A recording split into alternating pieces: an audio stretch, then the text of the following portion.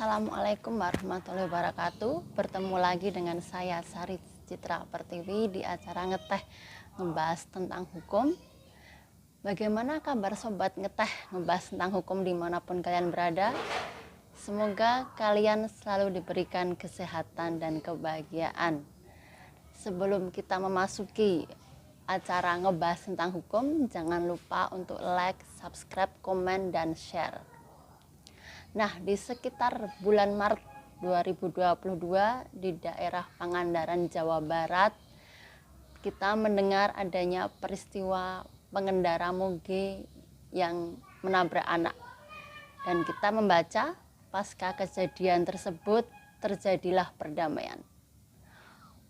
Untuk itu, saya kali ini bersama dengan narasumber Bapak Joko Sutarto ingin membahas dengan tema apakah perdamaian menghentikan moge tabrak anak? Langsung saja kepada narasumber saya persilahkan. Oke, Mbak Sari Citra Pertiwi, kita ketemu lagi dalam acara Ngeteh ngebahas tentang hukum. Semoga acara kita bisa bermanfaat bagi masyarakat pada umumnya, tak terkecuali tentunya kepada Sobat Ngeteh.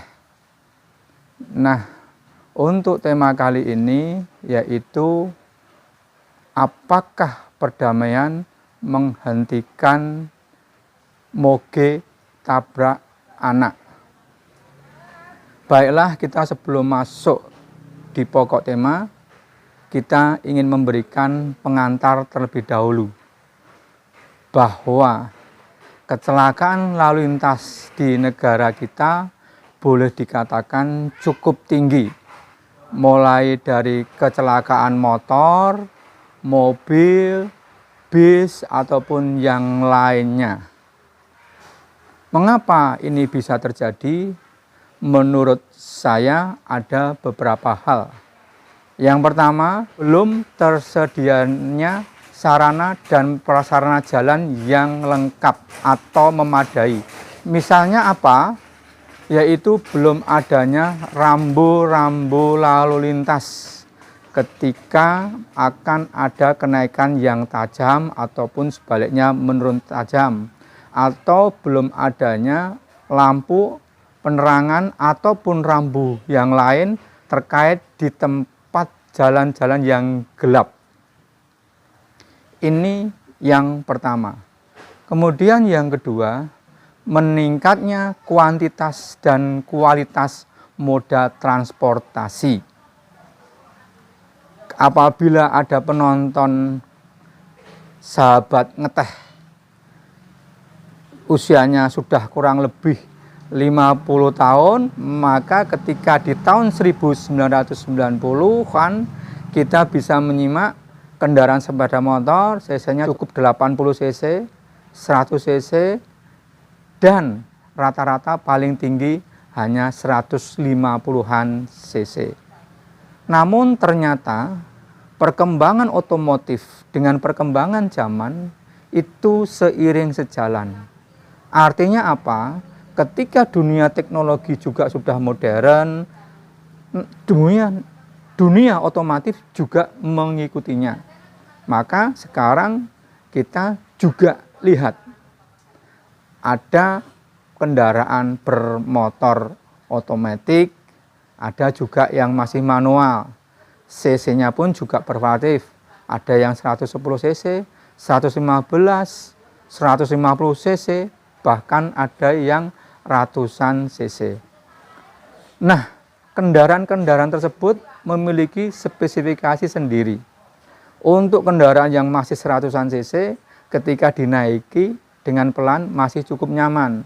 Namun ketika kendaraan sudah 250 cc, ketika kita naik kendaraan bermotor, kendaraan tersebut tidak nyaman. Namun ketika digunakan dalam keadaan cukup tinggi, justru malah nyaman. Inilah spesifikasi kendaraan beserta besarnya kualitas cc. Nah, kemudian yang ketiga yaitu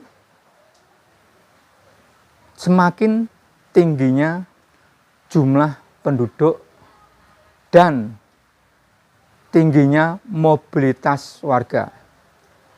Kita ketahui bahwa dari tahun ke tahun jumlah warga, jumlah penduduk semakin banyak. Demikian juga adanya perkantoran, tempat hiburan, mal dan sebagainya. Ini juga akan mempengaruhi mobilitas warga.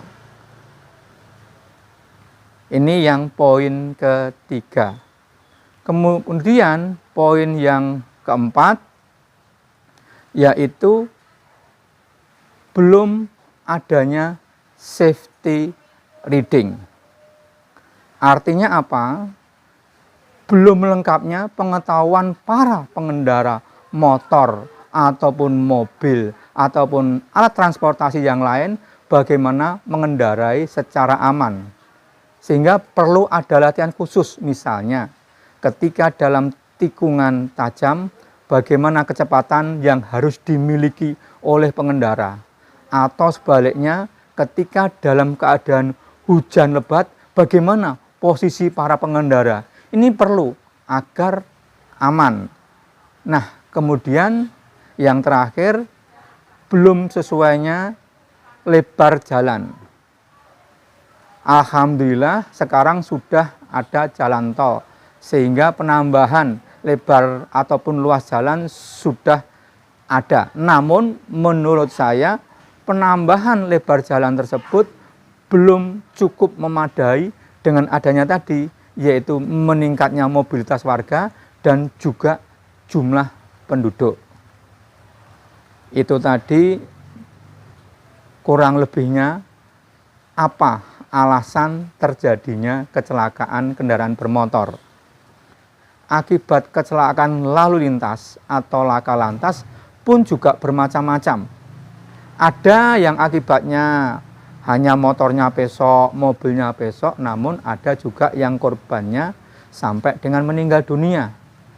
Pelakunya pun macam-macam. Ada yang ketakutan, lari, kemudian baru ditangkap oleh pihak kepolisian.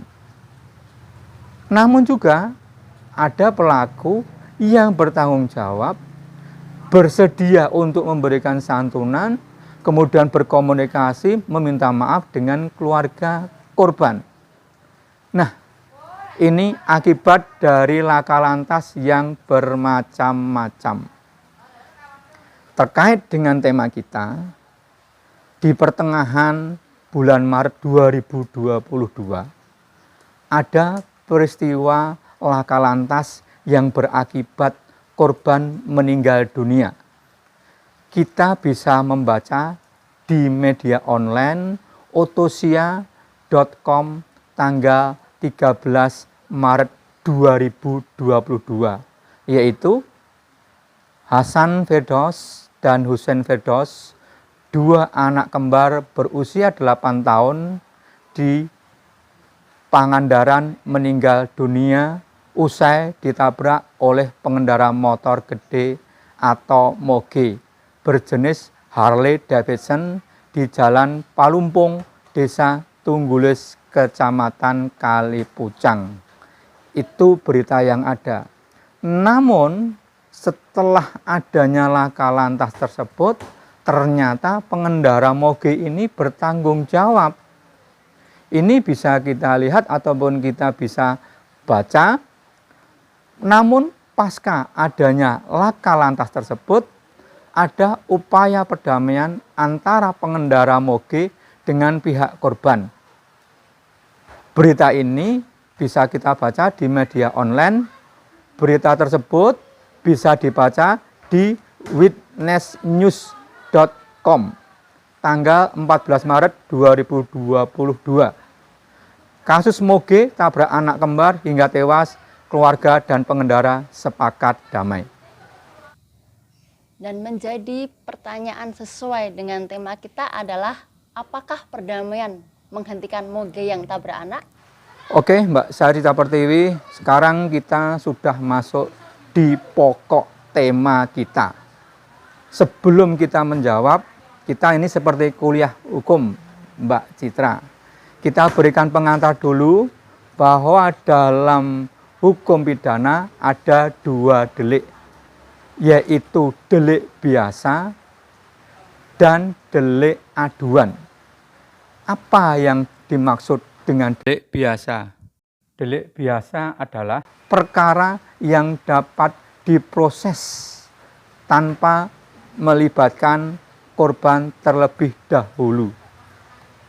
Terhadap delik biasa ini, walaupun korban sudah mencabut, penyidik bisa melanjutkan perkara tersebut. Contohnya apa? Yaitu perkara pencurian, pembunuhan, penganiayaan. Ini contoh delik biasa yang walaupun sudah dicabut oleh pelapor, perkara tersebut dapat dilanjutkan oleh penyidik. Kemudian bagaimana delik aduan? Delik aduan adalah perkara yang dilaporkan oleh langsung pihak korban. Itu namanya delik aduan. Misalkan apa? Kekerasan dalam rumah tangga atau KDRT, perzinahan, pencemaran nama baik, itu termasuk dalam delik aduan. Artinya perkara tersebut dapat dicabut oleh pihak pelapor. Nah, kemudian bagaimana dengan perkara laka lantas tersebut? Laka lantas diterapkan dengan pasal 310 ayat 4 Undang-Undang nomor 22 tahun 2009 tentang lalu lintas dan angkutan jalan. Bagaimana ancaman hukumannya? Ancamannya maksimal adalah 6 tahun. Kemudian dendanya maksimal adalah 12 juta rupiah. Kemudian terkait dengan tadi ada peristiwa tabrak, moge, kemudian dilanjutkan ada peristiwa perdamaian. Untuk membahas tersebut tentunya kita harus merujuk pada pasal 235 ayat 1 Undang-Undang Lalu Lintas dan Angkutan Jalan. Adapun bunyinya sebagai berikut. Jika korban meninggal dunia akibat kecelakaan lalu lintas sebagaimana dimaksud dalam pasal 229 ayat 1 huruf C, pengemudi, pemilik, dan atau pengusaha angkutan umum wajib memberikan bantuan kepada ahli waris korban berupa biaya pengobatan dan atau biaya pemakaman dengan tidak menggugurkan tuntutan perkara pidana. Walaupun tadi sudah ada perdamaian, sudah ada santunan, tidak menggugurkan perkara pidananya. Hal ini linier ataupun sesuai dengan putusan Mahkamah Agung nomor 1187-K-PIT-2011 yang mana walaupun pelaku bertanggung jawab serta adanya perdamaian dengan keluarga korban tidak menghapuskan tuntutan pidana. Dengan demikian, Sobat Ngeteh dan Mbak Sari Citra Pertiwi, dengan pokok tema kita, apakah perdamaian hentikan moge tabrak anak? Jawabnya tegas dan jelas, yaitu tidak. Ya, saya ulangi, jawabnya adalah tidak. Hal tersebut sesuai dengan pernyataan Kapolda Jawa Barat. Kasus moge tabrak bocah kembar diproses meski sudah ada perdamaian. Republika.co.id tanggal 14 Maret 2022. Sekarang menjadi kajian atau pertanyaan berikutnya, bagaimana tentang perdamaian? bahwa dengan adanya sikap rasa bersalah, bersedia mendatangi korban, kemudian meminta maaf, kemudian memberikan santunan, merupakan penilaian tersendiri. Apabila perdamaian tersebut dibuatkan dalam surat kesepakatan bersama ataupun surat perjanjian, maka surat perjanjian atau surat kesepakatan bersama tersebut akan dilamparkan di berkas penyidikan. Di berkas penyidikan itulah yang nanti akan diperiksa di persidangan oleh majelis hakim. Dengan sikap tanggung jawab, kemudian bersedia memberi santunan, tentunya akan meringankan putusan terdakwa tersebut di akhirnya. Mengapa? Ini sesuai dengan pasal 8 ayat 2 Undang-Undang Nomor 48 Tahun 2009 tentang kekuasaan kehakiman. Jadi sifat baik dan buruk nanti akan dinilai oleh majelis hakim, kemudian perilakunya juga akan dinilai oleh majelis hakim dalam memberikan amar putusan nantinya. Demikian informasi dari kami kepada Sobat Ngeteh, ngebahas tentang hukum. Semoga kalian selalu dalam keadaan sehat dan bahagia. Terima kasih. Demikian informasi dari kami, semoga dapat bermanfaat bagi Sobat Ngeteh ngebahas tentang hukum maupun yang setelah melihat video ini. Sebelum kami tutup acara Ngeteh ngebahas tentang hukum, saya akan sampaikan kata-kata bijak sebagai berikut. Berusaha keras untuk menghilangkan rasa sakit orang lain adalah esensi sejati dari kemurahan hati. Dikutip dari Abu Bakar. Sekian dan terima kasih. Sampai bertemu lagi di acara Ngeteh ngebahas tentang hukum berikutnya. Wassalamualaikum warahmatullahi wabarakatuh.